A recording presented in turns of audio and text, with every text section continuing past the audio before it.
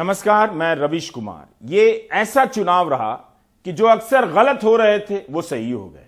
उनके गलत होने का इतिहास इतना लंबा और हाल फिलहाल का था, उनके सही होने पर उनका खुश होना लाजमी है। मैं एग्जिट पोल वालों की बात कर रहा हूं। 12 एग्जिट पोल ने यूपी में बीजेपी की जीत की भविष्यवाणी कर दी थी। शायद यह पहली बार हुआ है कि सभी 12 सही हो गए हैं।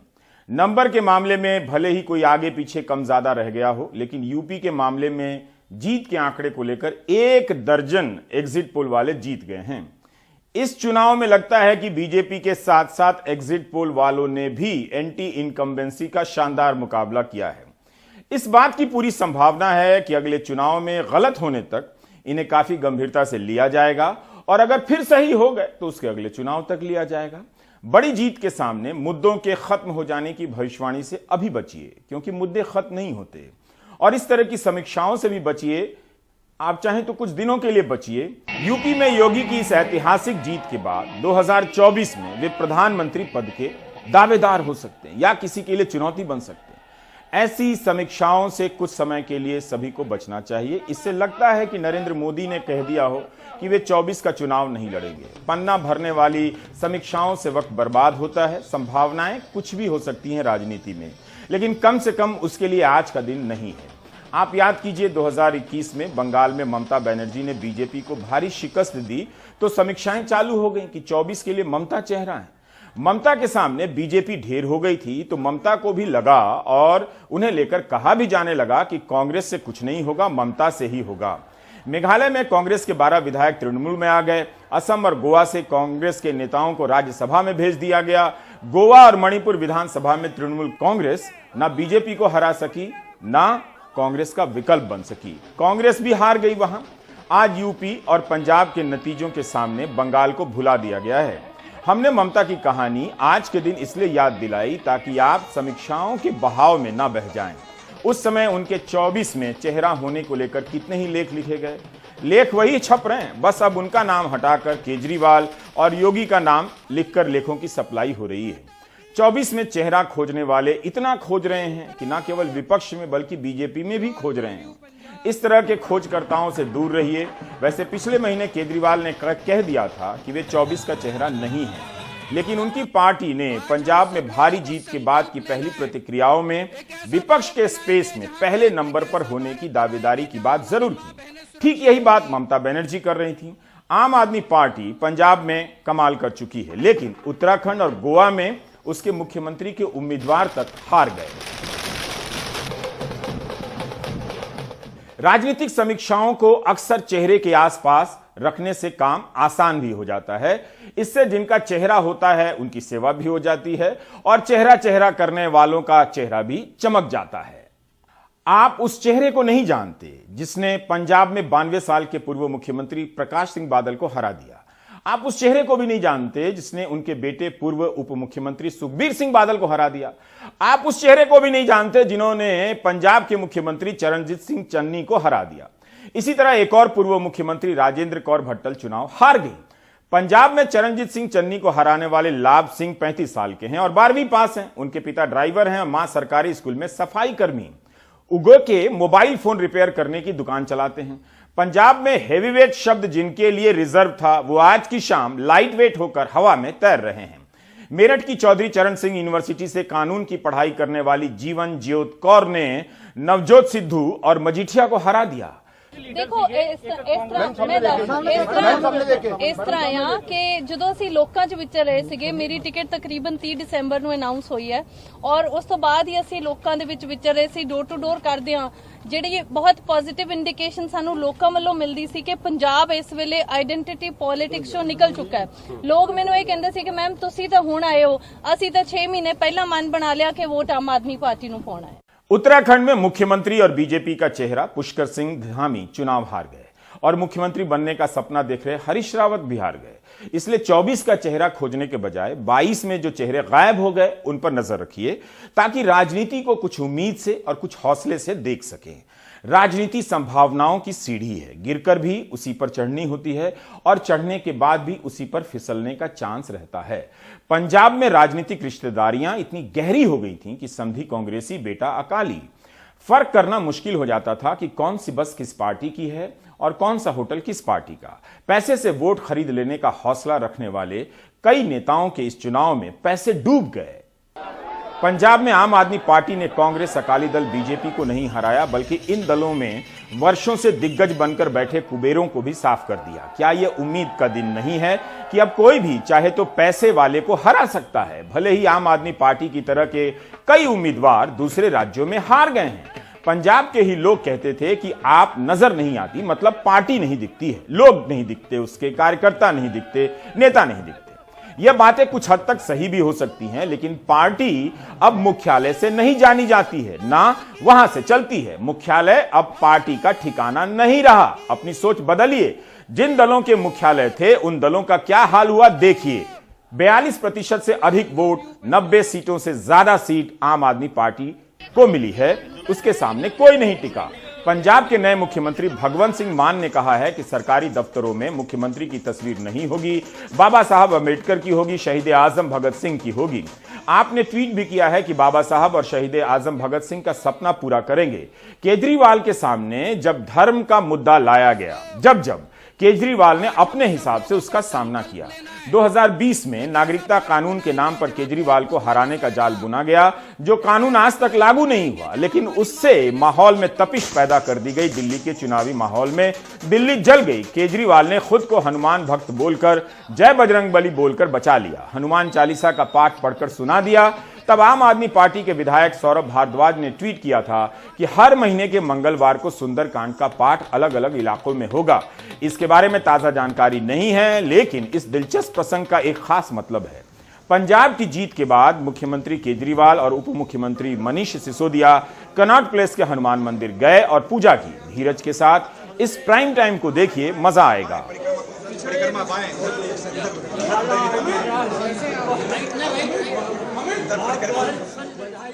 लेकिन इस चुनाव में कमाल की बात यह हुई कि केजरीवाल को कहना नहीं पड़ा कि वे बजरंगबली के भक्त हैं, जबकि अमित शाह यूपी में अखिलेश को बाहुबली और अपने पक्ष को बजरंगबली बता रहे थे। केजरीवाल ने अपनी मेट्रो के लिए एक नई पटरी पंजाब में बिछा दी, जिसके बारे में बीजेपी को भी पता नहीं चला और ना कांग्रेस को। ऐसा नहीं है कि वे हनुमान चालीसा भूल गए, बल्कि अयोध्या तक तीर्थ यात्रा की ट्रेन भी चलवा दी। जिस वक्त लग रहा था कि केजरीवाल बीजेपी की किताब से पन्ने चुरा रहे हैं, उसी वक्त केजरीवाल पंजाब में दो ऐसे नायकों को अपनी पार्टी के आदर्श नायक के रूप में स्थापित कर रहे थे, जिनके बारे में न भाजपा सोच पाई न बसपा। मुझे पता है कि इस वक्त यूपी में योगी की जीत को लेकर सारे विशेषज्ञ ज्ञान दे रहे होंगे कि मोदी की इस राजनीति का किसी के पास जवाब नहीं। दिसंबर के इस महीने में काशी विश्वनाथ कॉरिडोर का उद्घाटन किया जाता है और यूपी चुनाव में इसे एक ऐसे काम के रूप में प्रचारित किया जा सकता है जो केवल और केवल भाजपा ही कर सकती है। पूर्वांचल में मतदान से पहले काशी कॉरिडोर में प्रधानमंत्री ने रोड शो भी किया। आज हर कोई कहेगा कि प्रधानमंत्री ने हिंदुत्व और विकास का नया मॉडल पेश किया है। किसी भी लिहाज से यह नया मॉडल तो नहीं है, लेकिन सफल जरूर है। बनारस की सभी सीटों पर बीजेपी जीती है। हर कोई हारे हुए दलों को नसीहत दे रहा होगा आज कि उन्हें जीतना है तो मोदी की तरह धर्म की भाषा सीखनी होगी। उनका एक सपना था कि भारत के एक एक बच्चे को अच्छी से अच्छी शिक्षा मिलनी चाहिए, चाहे वो कितना भी गरीब क्यों ना हो। मैंने कसम खाई है कि बाबा साहब का सपना मैं पूरा करूंगा। मैंने कसम खाई है, बाबा तेरा सपना अधूरा केजरीवाल करेगा पूरा। लेकिन ठीक इसी समय में पंजाब में केजरीवाल अपने लिए उन नायकों को चुन रहे थे जिनका संबंध धर्म को लेकर बिल्कुल अलग है। प्रचार के दौरान भगवंत सिंह मान ने कहा कि बटन दबाने से पहले अपनी आंखें बंद कर शहीद आजम भगत सिंह, बाबा साहेब अंबेडकर के बारे में जरूर सोचना कि अगर वो आज होते तो किसे बोल देते। पंजाब के सरकारी दफ्तरों में बाबा साहब अंबेडकर और भगत सिंह की तस्वीर होगी, मुख्यमंत्री की नहीं। शपथ ग्रहण समारोह भगत सिंह के गांव में होगा। भगवंत मान ने कहा है, एक साथ दो नायकों को जगह देने की राजनीति को फॉर्मूले की निगाह से भी देखें तो यह नया फॉर्मूला है। जिस वक्त केजरीवाल को इस संदेह से देखा जा रहा था कि वे कहीं एक और तरह के हिंदुत्व की राह पर तो नहीं जा रहे, उसी वक्त वे बाबा साहब अंबेडकर और शहीद आजम भगत सिंह की बात करने लगे। दोनों ही नायकों का संबंध इस बात से है कि धर्म के नाम पर दिमाग नहीं बंद करना है। भगत सिंह का तो लेख ही है कि मैं नास्तिक क्यों हूं। सरदार भगत सिंह ने लिखा है कि इंसानी इल्म की सीमाओं या कहें कि इंसानी कमजोरियों का नतीजा है धर्म। डॉक्टर अंबेडकर का ही विचार है कि धर्म में भक्ति भले ही मुक्ति का मार्ग हो, लेकिन राजनीति में भक्ति या नायक पूजा तानाशाही का रास्ता साफ कर देती है, प्रशस्त कर देती है। भगत सिंह ने कहा था कि तरक्की के लिए खड़े हर व्यक्ति के लिए जरूरी है कि वह अपनी पुरानी आस्थाओं पर सवाल करे। इंडियन ओशन ने डॉक्टर अंबेडकर पर एक गाना लॉन्च किया। आम आदमी पार्टी की सरकार की तरफ से यह गाना लॉन्च किया गया है और यूट्यूब चैनल पर भी है उनके। जब तक जनगण मन का मान रहेगा, जब तक ये संविधान रहेगा, अरे जब तक हिंदुस्तान रहेगा। बाबा साहेब नाम रहेगा, नाम रहेगा। जय जय जय बोला, जय जय जय बोला, जय जय जय बोला भीमा जी, जय जय जय जय बोला, जय जय जय बोला, जय जय जय बोला भीमा जी, जय। जब तक हिंदुस्तान रहेगा बाबा साहब का नाम रहेगा। अंबेडकरी राजनीति की धारा में भीम गीत की परंपरा है। भीम गीतों में संविधान को लेकर गीत गाए जाते हैं। मेरी जानकारी में दुनिया में शायद यह अकेली ऐसी परंपरा है जिसमें संविधान की किताब को लेकर गाने गाए जाते हैं। मराठी में, हिंदी में, भोजपुरी में, तमाम भाषाओं में। बसपा की राजनीति के इर्द गिर्द ऐसे गीत खूब लिखे गए, गाए गए, लेकिन आज बसपा का पंजाब और यूपी में क्या हश्र हुआ, चर्चा करने की जरूरत नहीं है। लेकिन 2014 के बाद अंबेडकर को बीजेपी भी अपना आदर्श बनाने लगती है। खूब कार्यक्रम हुए। अंबेडकर जयंती के मौके पर याद कीजिए भीम ऐप लॉन्च हुआ। 2016 में बीजेपी अंबेडकर जयंती पर, या मोदी सरकार कहिए, ग्रामीण विकास के लिए ग्राम उदय से भारत उदय मिशन लॉन्च करती है मोदी सरकार। केजरीवाल इस चुनाव में बीजेपी की इस दावेदारी में हिस्सेदारी के लिए कदम बढ़ा देते हैं। कांग्रेस चन्नी को दलित चेहरा बनाती है, लेकिन तब तक देर हो गई थी। कांशीराम के बाद डॉक्टर अंबेडकर की विरासत पर नए तरीके से दावेदारी करने के बारे में किसी भी दल ने इस तरह से नहीं सोचा होगा और ना उसे सफलता मिली होगी। बाबा साहब अंबेडकर ने एक ही बात कही थी, अगर अपने समाज को हमें पिछड़ेपन से हटाना है, अगर अपने समाज की गरीबी दूर करनी है, अगर अपने समाज को बराबरी का हक दिलाना है, तो एक ही चीज कर सकती है, अच्छी शिक्षा। अच्छी शिक्षा। अपने बच्चों को अच्छी शिक्षा दो। अगर हमारे बच्चे पढ़ लिख गए तो सारे समाज के साथ बराबरी का हक लेंगे, गरीबी दूर होगी और सारे सबके साथ हम आगे बढ़ेंगे। 70 साल में, 75 साल में इन पार्टियों ने और इन नेताओं ने मिलके सरकारी स्कूलों का बेड़ा गर्क कर दिया। इन लोगों ने जानबूझ के बेड़ा गर्क किया इन्होंने, क्योंकि सरकारी स्कूलों के अंदर गरीबों के बच्चे पढ़ते हैं, एससी भाईचारे के बच्चे पढ़ते हैं, दलितों के बच्चे पढ़ते हैं, कुचले लोगों के बच्चे पढ़ते हैं। इन्होंने जानबूझ के सरकारी स्कूलों को खराब रखा ताकि ये वर्ग कभी भी आगे ना बढ़ सके। भारत की राजनीति में ये सभी स्थापित आदर्श और पूजनीय हैं, लेकिन केजरीवाल ने इन्हीं स्थापित आदर्शों के जरिए पंजाब में अपनी राजनीति को नया आधार दिया। इसे बदलाव के साथ साथ नए प्रयोग के रूप में भी देखा जाना चाहिए। अन्ना आंदोलन और लोकपाल के समय गांधी और सत्याग्रह चेहरा बने, तो पंजाब तक पहुंचते पहुंचते डॉक्टर अंबेडकर और भगत सिंह भी जुड़ गए। इसका मतलब है कि कोई भी आदर्श किसी भी दल की निजी विरासत नहीं है। यह बात हो सकती है कि आपने बीजेपी से सीखी है। जब बीजेपी गांधी के सच्चे सेवक और नेहरू के मित्र सहयोगी पटेल को अपना आदर्श बना लिया, उनकी सबसे ऊंची मूर्ति बना दी, तो भगत सिंह और डॉक्टर अंबेडकर केजरीवाल के क्यों नहीं हो सकते। आज भी पंजाब में जगह जगह शहीद आजम की तस्वीर दिखती है, घरों के ऊपर उनकी मूर्ति बनी दिखेगी, कारों के पीछे स्टिकर, और किसान आंदोलन में तो खूब इस्तेमाल हुआ। बदलाव यूपी में भी बड़ा हुआ है। यहां बीजेपी ने केवल बाबा विश्वनाथ को अपना प्रतीक और आदर्श नहीं बनाया, बल्कि यह बुलडोजर भी बीजेपी का प्रचारक बनकर एक ऐसी कानून व्यवस्था की स्थापना की बात कर रहा था जिससे बाहुबल की झलक ज्यादा मिलती है। बीजेपी ने जो चुना, यूपी की जनता ने उसे चुना। 2014 के बाद से यूपी में यह चौथा चुनाव है। चारों चुनावों में बीजेपी ने साबित कर दिया कि उत्तर प्रदेश भाजपा प्रदेश है। यूपी में भाजपा को टक्कर देने की ताकत किसी में नहीं। यह जरूर है कि अखिलेश यादव ने अपनी तमाम सीमाओं के बाद 127 सीटें हासिल की हैं। यह संख्या बदल भी सकती है। बीजेपी के सामने इतनी सीटें लाना आसान नहीं, लेकिन सरकार नहीं बना पाना एक बड़ा झटका है। अखिलेश केजरीवाल की तरह नए प्रतीकों के साथ प्रयोग नहीं कर सके, लेकिन उनके मुद्दे भी वही थे करीब करीब जो पंजाब में केजरीवाल के थे।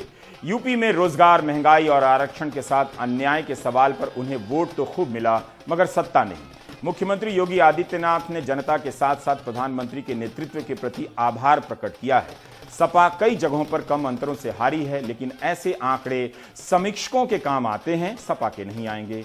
आम आदमी पार्टी के नेता संजय सिंह ने भी चर्चा के दौरान माना कि यूपी में धर्म के बिना राजनीति करना आसान नहीं।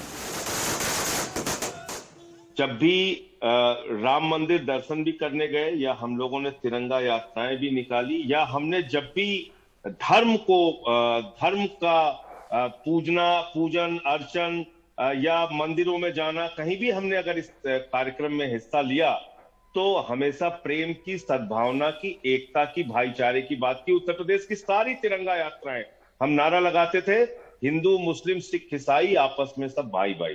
तो हम धर्म को सही रूप में लोगों के सामने रखने का प्रयास करते हैं। वो चाहे सिख धर्म हो, हिंदू धर्म हो, इस्लाम हो, ईसाई हो, ये सारे धर्म आपको मिलजुल कर रहने की, प्रेम से रहने की शिक्षा देते हैं। भारतीय जनता पार्टी जो धर्म का इस्तेमाल करती है, वो उन्माद फैलाने का, नफरत फैलाने का, लोगों को लड़ाने का, इस प्रकार से धर्म का उपयोग करती है। तो धर्म बुरी चीज नहीं है, उसका दुरुपयोग या उसका इस्तेमाल आप किस तरीके से कर रहे हैं। 2007 में जब मायावती को बहुमत मिला, तब अखबारों और पत्रिकाओं में कवर स्टोरी छपा करती थी कि मायावती देश की प्रधानमंत्री हो सकती हैं, आयरन लेडी। यूपी में जब कांशीराम का प्रयोग सफल हो रहा था, तब पूछा जा रहा था कि आप तो पंजाब के हैं, यूपी की तरह पंजाब में क्यों नहीं सफल हो रहा है, वहां तो देश भर में सबसे अधिक दलित हैं। आज यूपी में बसपा जीरो सी हो गई है। यूपी में डॉक्टर अंबेडकर को नायक मानने वाली पार्टी खत्म हो गई, तो पंजाब में डॉक्टर अंबेडकर को एक नई पार्टी मानने लगी है, वो सत्ता में आ गई है। क्या आपको भारत की राजनीति की यह कहानी दिलचस्प नहीं लगती? 7 दिन पहले मायावती ने कहा था बसपा को पूर्ण बहुमत मिलने जा रहा है। उसकी कहानी यूपी में इस बार खत्म हो गई। यूपी में यह चौथा चुनाव है जब बसपा कांग्रेस की तरह चरमरा गई। ये जो विरोधी पार्टियां हैं, ये खास तौर से समाजवादी पार्टी, उनका तो इतना बुरा हाल है सपा का जो है। जब मैं पूरे यूपी में गई हूँ, खास तौर से पश्चिमी यूपी में कुछ एरिया ऐसा है कि जहाँ पर मुस्लिम पॉपुलेशन काफ़ी ज़्यादा है, जहाँ उनका अधिकार बनता था वहाँ तक तो इन्होंने मुसलमानों को टिकट दिए नहीं। मतलब अगर मान लीजिए किसी कारण से स्पष्ट बहुमत किसी को ना मिला, मैं जो आपको बता रही हूँ, बीएसपी को एब्सोल्यूट मेजॉरिटी मिलेगी। जो ये सवाल पूछ रहे तब पूछना जब रिजल्ट आ जाए। इसलिए समीक्षकों से सावधान रहिए। आज जो हुआ है उसके बहुत से किस्से हैं, आगे वैसा होगा जरूरी नहीं, लेकिन आज जो हुआ है उसे जान लेने में नुकसान नहीं। लखीमपुर खीरी में जहां थार जीप ने किसानों को कुचल दिया, उस इलाके में बीजेपी ने बहुत अच्छा किया है। उन्नाव में बीजेपी को, हाथरस में भी बीजेपी को, जहां पर बलात्कार की घटनाओं ने झकझोर दिया था, काफी वोट मिले हैं। उन्नाव में बीजेपी को 50% से ज्यादा, तो हाथरस में 59% से अधिक वोट मिले हैं। बीजेपी को 44% से अधिक मत मिलते नजर आ रहे हैं। 2017 की तुलना में 5% से अधिक मत हासिल करना कोई सामान्य सफलता नहीं है। साफ है कि यूपी में बीजेपी की लहर थी। बेशक सपा और गठबंधन ने 36% मत हासिल कर पहाड़ की चढ़ाई की, लेकिन माउंट एवरेस्ट पर झंडा नहीं फहरा सके, वहां तक नहीं पहुंच सके। सीटों की संख्या और मतों के प्रतिशत में बदलाव की संभावना है जो हमने अभी बताई, लेकिन हम अभी के हिसाब से बता रहे हैं। जीत से उत्साहित बीजेपी ने कहा कि होली से पहले सौगात मिलेगी। बीजेपी की राजनीति के लिए लाभार्थी एक नई श्रेणी नहीं है, 2014 से है, लेकिन इस श्रेणी ने इस बार बीजेपी के लिए नई कहानी जरूर लिख दी। हैरानी की बात है कि चुनाव के कई चरण समाप्त होते होते लोगों का तब ध्यान जाता है कि महिला वोटर भी बीजेपी के लिए जीत का आधार बन सकती है, जबकि इसके बारे में प्रधानमंत्री नरेंद्र मोदी ने नवंबर 2020 में ही साफ कर दिया था। तब बिहार का चुनाव हुआ था, साइलेंट वोटर की पहचान उन्होंने बता दी थी। तब भी उनके विरोधी बीजेपी के इस आधार को पकड़ने और उससे संवाद करने में सफल नहीं हुए। हम 11 नवंबर 2020 को प्रधानमंत्री मोदी का दिया गया एक पुराना बयान आपको सुना रहे हैं। और साथियों, मैं कल से टीवी पर देख रहा हूं, अखबारों में चर्चा है साइलेंट वोटर। साइलेंट वोटर अब उनकी गूंज सुनाने लगी है। बीजेपी के पास साइलेंट वोटर्स का एक ऐसा वर्ग है जो उसे बार बार वोट दे रहा है, निरंतर वोट दे रहा है। ये साइलेंट वोटर्स हैं देश की माताएं, बहनें, महिलाएं, देश की नारी शक्ति।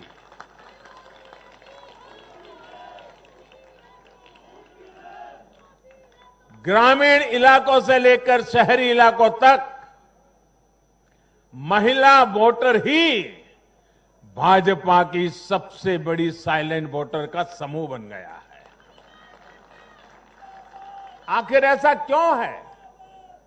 क्योंकि ये भाजपा ही है जिसके शासन में महिलाओं को सम्मान भी मिलता है और सुरक्षा भी मिलती है।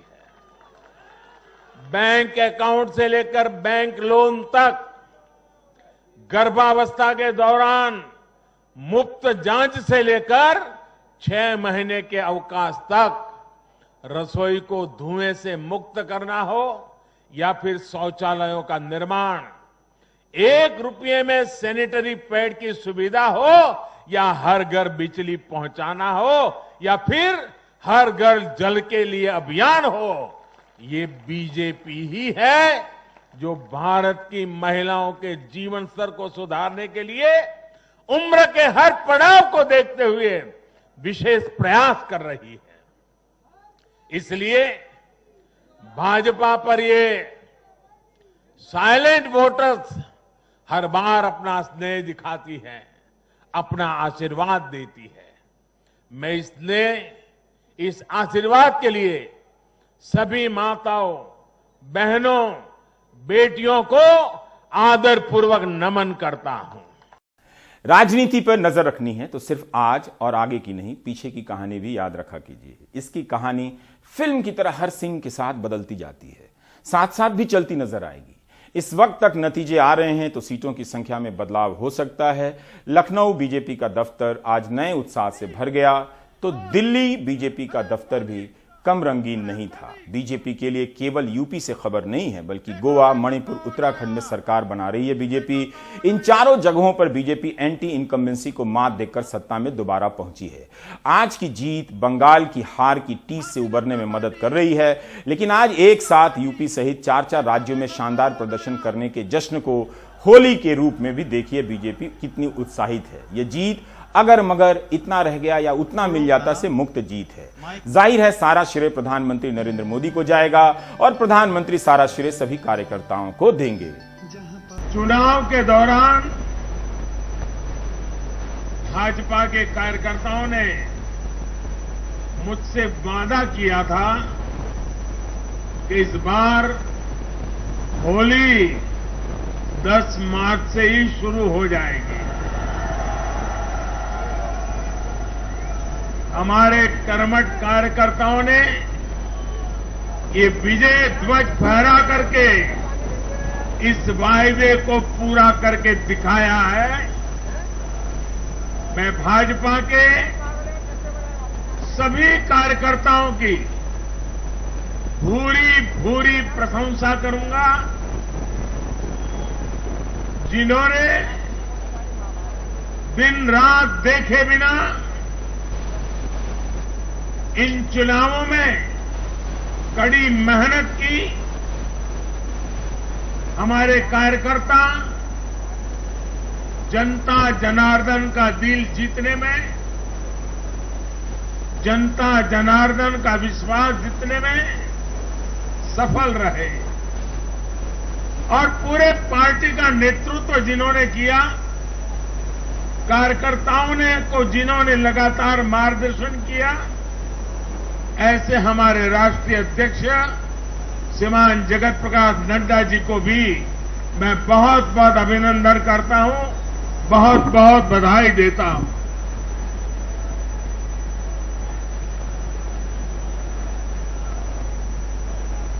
पार्टी के हर छोटे मोटे सभी कार्यकर्ताओं ने उनके अथक परिश्रम से आज एनडीए के लिए जीत का चौका लगाया है। कुछ लोग ये कहकर यूपी को बदनाम करते हैं कि यहां के चुनाव में तो जाति ही चलती है, लेकिन भाइयों बहनों, उत्तर प्रदेश के लोगों ने दिखा दिया है। 2014 के चुनाव नतीजे देखें, 2017, 2019 के नतीजे देखें और अब फिर 22 में भी देख रहे हैं। हर बार यूपी के लोगों ने सिर्फ और सिर्फ विकासवाद की राजनीति को ही चुना है। यूपी के लोगों ने इन लोगों को यह सबक दिया है और यह सबक उनको सीखना होगा। यूपी के गरीब से गरीब व्यक्ति ने, यूपी में गांव में रहने वाला व्यक्ति हो, पढ़ा लिखा हो या अनपढ़ हो, यूपी के हर मतदाता ने, हर नागरिक ने एक सबक दिया है कि जाति की गरिमा, जाति का मान देश को जोड़ने के लिए होना चाहिए, देश को तोड़ने के लिए नहीं होना चाहिए, और ये करके दिखाया है। 4 चुनावों में करके दिखाया है। वैसे आज मैं ये भी कहूंगा कि 2019 के चुनाव नतीजों के बाद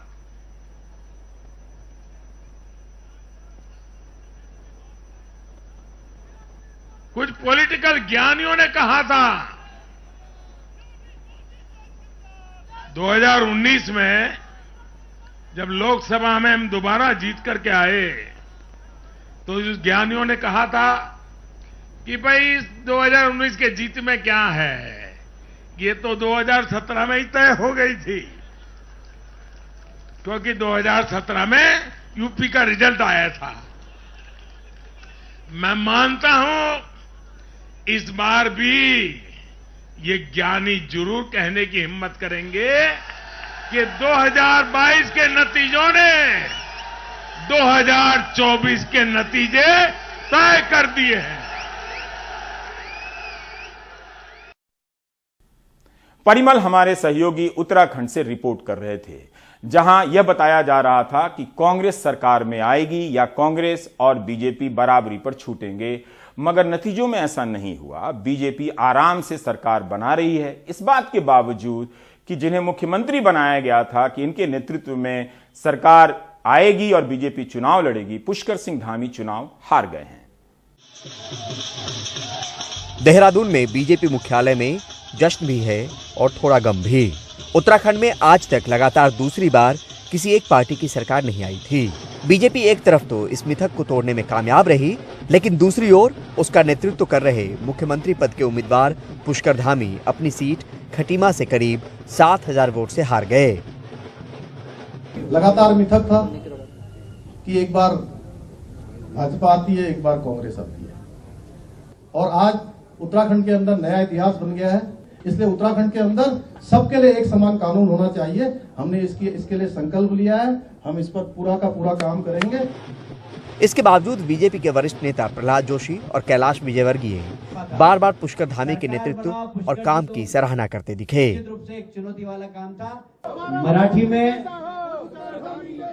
जब शिवाजी महाराज की सेना मुगलों के ऊपर हमला करने गई और उनके सेनापति का निधन हो गया, युद्ध में मुगलों को हरा दिया, तब शिवाजी ने कहा था कि सिंह गेला गढ़ आला। वो आज मुझे स्मरण आ गया।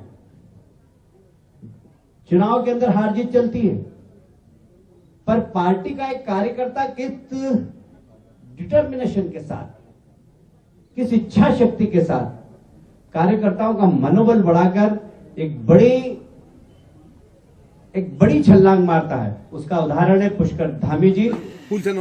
उधर जीत की उम्मीद लगाए कांग्रेस को झटका लगा है। उसके वरिष्ठ नेता और पूर्व मुख्यमंत्री हरीश रावत के साथ साथ प्रदेश कांग्रेस अध्यक्ष गणेश गोदियाल भी चुनाव हार गए। कांग्रेस जनों और कांग्रेस नेतृत्व के बहुत प्रयासों के बावजूद भी हम उत्तराखंड की जनता का विश्वास जीतने में थोड़े कम रह गए। अगर लोगों ने विपक्ष के रूप में हमको अपनी भूमिका अदा करने का जो आदेश दिया है, एक बड़े हुए मैंडेट के साथ दिया है, हम उसको पूरे प्राणपण से, पूरी निष्ठा से निभाएंगे। चुनाव है तो हार जीत भी, रिकॉर्ड बनते भी हैं, रिकॉर्ड टूटते भी हैं। कहीं खुशी होती है तो कहीं गम भी, क्योंकि एक मेहनत होती है और मेहनत पे उम्मीद टिकी होती है, पर इसको आंकती जनता है। उत्तराखंड के देहरादून से परिमल कुमार, एनडीटीवी इंडिया। हम एक ब्रेक लेते हैं, लेकिन उत्तर प्रदेश का जो जनादेश है उसे सिर्फ सीमित संदर्भों में देखने की कोशिश मत कीजिए। 2024 के आलोक में देखने की कोशिश मत कीजिए। हर चुनाव एक दूसरे से अलग होता है। हर चुनाव के भीतर एक नई कहानी होती है। तब भी जब यूपी में बीजेपी दोबारा जीत कर आई है, यह कहानी 2017 की उसकी जीत की कहानी से काफी अलग है। उन कहानियों को जानेंगे तब पता चलेगा कि लगातार जीतने के लिए किस तरह से स्क्रिप्ट में बदलाव जरूरी है। हर दिन एक ही तरह का प्राइम टाइम आप भी नहीं देखना चाहेंगे। ब्रेक ले लेते हैं।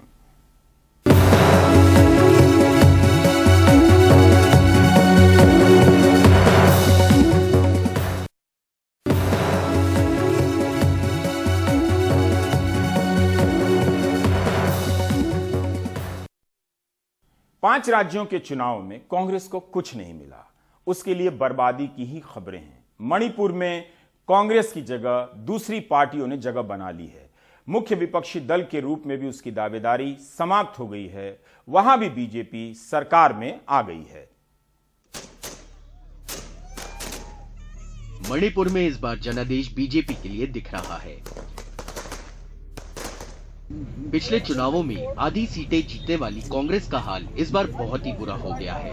वो छोटी पार्टियां एनपीपी, एनपीएफ और जेडीयू के सामने मुख्य विपक्षी दल भी बनती नहीं दिख रही हैं।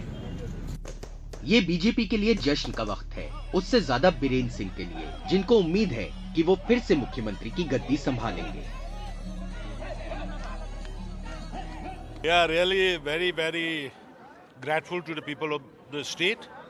And with their support, now just at least we're crossing 30 now. We're crossing, and not only the single largest, we're getting absolute majority now. मुख्य विपक्षी दल कांग्रेस को मुंह की खानी पड़ी है। उसका मुख्य विपक्षी दल का औहदा भी बना रहे तो बहुत बड़ी बात होगी। हम इस समय संकट का सामना कर रहे हैं। हम सदन में जीतने में सक्षम नहीं हो पाए। इस चुनाव में हम कैसे पीछे रह गए, इसका हम आत्मनिरीक्षण करेंगे और वापस आने की पूरी कोशिश करेंगे। बीजेपी के सहयोगी एनपीपी का प्रदर्शन इस बार और अच्छा रहा, लेकिन इसके सबसे बड़े नेता और उप मुख्यमंत्री जॉय कुमार सिंह को हारना पड़ा। द नागास पीपल फ्रंट यानी एनपीएफ की भी हालत सुधरी, लेकिन सबसे चौंकाने वाला प्रदर्शन रहा जेडीयू का। आगे क्या करना है, इस बारे में उसके नेता आला कमान के निर्देशों का इंतजार कर रहे हैं। हम केंद्र के नेतृत्व के आदेश का इंतजार करेंगे और कल सुबह होने तक कोई फैसला नहीं करेंगे। Nitish ji, we will not take any decision till tomorrow. 2012 में कांग्रेस ने एबोबी सिंह की अगुवाई में 60 सदस्यों वाली विधानसभा में 30 का आंकड़ा पार किया था। इस बार लग रहा है कि बीरेन सिंह ने बीजेपी के लिए कमाल किया है, लेकिन इंतजार करना होगा कि बीजेपी उनको फिर से मुख्यमंत्री बनाती है या नहीं। मणिपुर से रत्नदीप चौधरी की रिपोर्ट, एनडीटीवी इंडिया। गोवा में क्या हुआ? आम आदमी पार्टी ने उसी तरह के प्रयोग किए जिस तरह के पंजाब में किए, लेकिन गोवा में उसे सफलता नहीं मिली। ऐसा नहीं था कि आपने गोवा में जोर नहीं लगाया।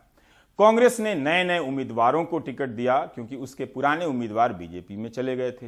कांग्रेस के उम्मीदवार बीजेपी में जाकर जीत गए, जहां बीजेपी सरकार बना रही है। महाराष्ट्र गोमांतक पार्टी और 3 अन्य निर्दलीय विधायकों ने बीजेपी को समर्थन दे दिया है। तो गोवा में भी कांग्रेस की कहानी खत्म होती है।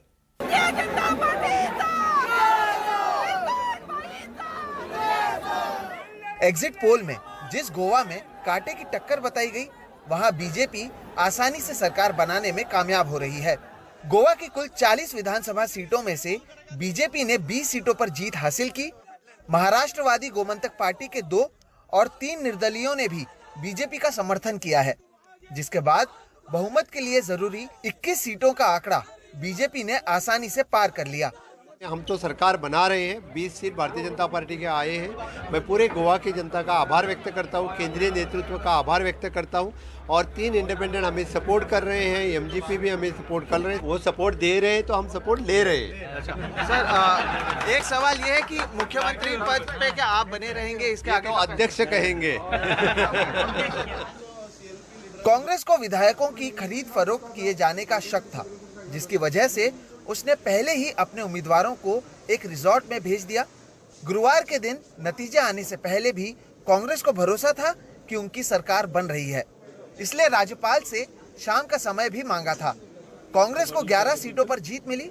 वो अपनी हार के लिए दूसरी पार्टियों को जिम्मेदार ठहरा रही है। The winning party, the BJP को 33% वोट मिले। बहुत लोगों ने बीजेपी के खिलाफ मतदान किया, लेकिन ये वोट कई पार्टियों में बंट गए, जिसकी वजह से बीजेपी को 20 सीटों पर जीत मिली। voted against the BJP, but those votes were split among many parties, which gave the BJP an opportunity to win 20 seats. BJP को मिली जीत के बावजूद पणजी से मनोहर पर्रिकर के बेटे उत्पल पर्रिकर के खिलाफ चुनाव जीतने वाले बाबूश मोन्सेराटी ने नाराजगी जताते हुए आरोप लगाया कि बीजेपी के लोगों ने उन्हें वोट नहीं दिया। नहीं, मैं खुश नहीं हूँ, क्योंकि मेरी जीत की जो मार्जिन है वो कम हुई। मेरी को ऐसा लगता है श्योर है कि बीजेपी कोर कार्यकर्ता हैज वोटेड अगेंस्ट मी। तो फिर इसे आप किस तरह से देखते हैं, क्योंकि अभी भी आप now the vote is done, no, so I have seen, I will get it up to the party high command. BJP पहले गुरुवार शाम को ही राज्यपाल से मिलकर सरकार बनाने का दावा करने वाली थी। अब वो आंकड़े मजबूत होने पर कुछ दिन बाद सरकार बनाने का दावा करेगी।